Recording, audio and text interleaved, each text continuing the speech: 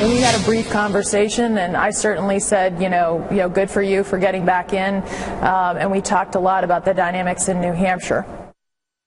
Getting back in. Mitt Romney calling Senator Kelly Ayotte from New Hampshire, talking about New Hampshire. Meantime, the finance chair for the Republican Governors Association, Fred Malek, says he doesn't have much doubt, 80% chance that Mitt Romney is going to run for president this time. We're back with the panel. Tucker, thoughts? I don't think, A, this was the plan as of late last week, according to people I was talking to then. I really think this is a decision they made in the last couple days. B, I think it's going to be pretty tough. We called around today, and it's hard to find donors outside of Utah, outside of the core, who are really excited about this. That may change. It seems to me the most direct effect of this announcement, and I think it looks real, is that it makes it tougher for Jeb, and that may be part of the reason. There's no love lost between Jeb Bush and Mitt Romney, as everyone knows. But the Bush campaign has said, one of its senior advisors said, I'm back, and we're going to raise $100 million in the first quarter in 2015. They tried to walk it back, but it raised the expectations pretty high.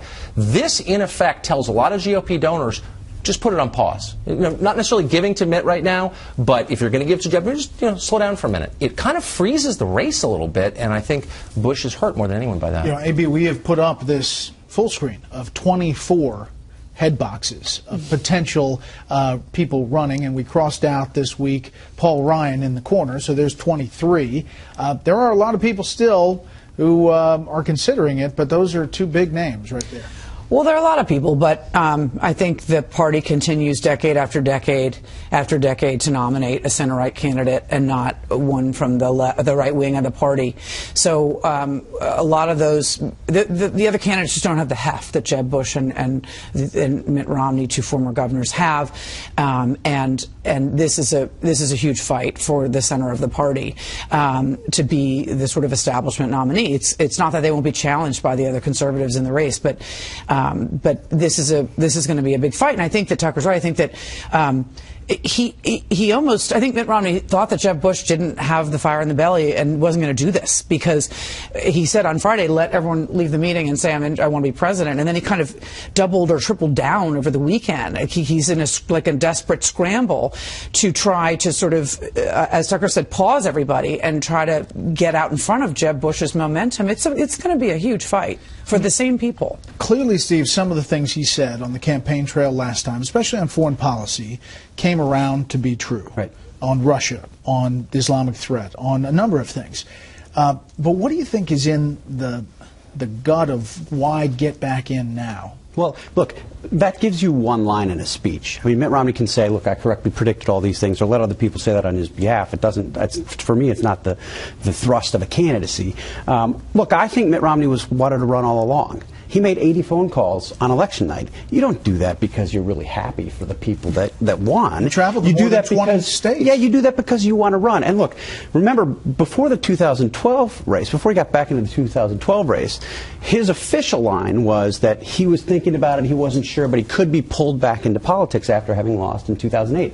Also nonsense. He was going to run the whole time. And this, I think, is going to be the fundamental challenge for a Romney candidacy.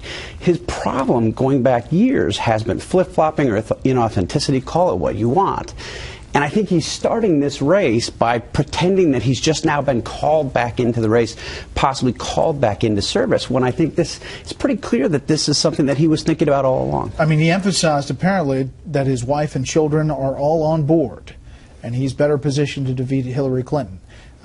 That's obviously different, as Steve mentions, than what he said publicly and what she said publicly. Well, I think his wife and children have to be on board in order for him to do this. But the question remains, what is the point? I mean, what is the point? And not a mean question, a legitimate question. I don't think there's a deep reservoir of, personal. I mean, I think people like Mitt Romney a lot, but they're not. I never meet people. I spend my life in the political world who are saying, I just really want Mitt Romney to run. I mean, some people feel that way, but is there a national groundswell or a conservative groundswell? No, there's not. And last word, is the Bush campaign really worried about this, or are they just bummed out this week? I think it was really possible. They anticipated that he would step in, but they did so much preparation, and I think they went to their corners soon enough that I think they feel pretty stable. Still a big fight. A lot to talk about.